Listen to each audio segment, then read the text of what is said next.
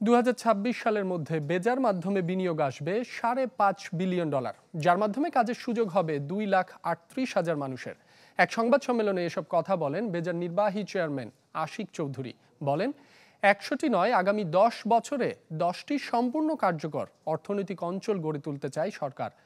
বন্ধ হয়ে যাওয়া পাটকল বা অন্য সরকারি কারখানায় অর্থনৈতিক অঞ্চল নির্মাণ নিয়েও চিন্তা করা হচ্ছে বলে জানান তিনি। অর্থনৈতিক অঞ্চলগুলোর বিভিন্ন সমস্যার কথা স্বীকার করেন তিনি। পাশাপাশি সরকারের নীতি ধারাবাহিকতায় ঘাটতি আছে বলেও জানান বেজার নির্বাহী চেয়ারম্যান।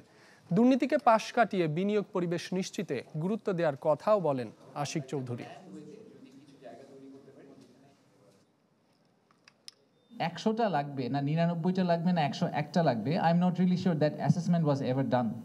সো আমি একটা ফাইনাইট নাম্বারকে নিয়ে খুব বেশি মাথা ঘামিয়ে লাভ নেই। যেটা আমাদের আইডেন্টিফাই করতে হবে যে আমাদের এই মুহূর্তে আসলে কয়টা লাগবে।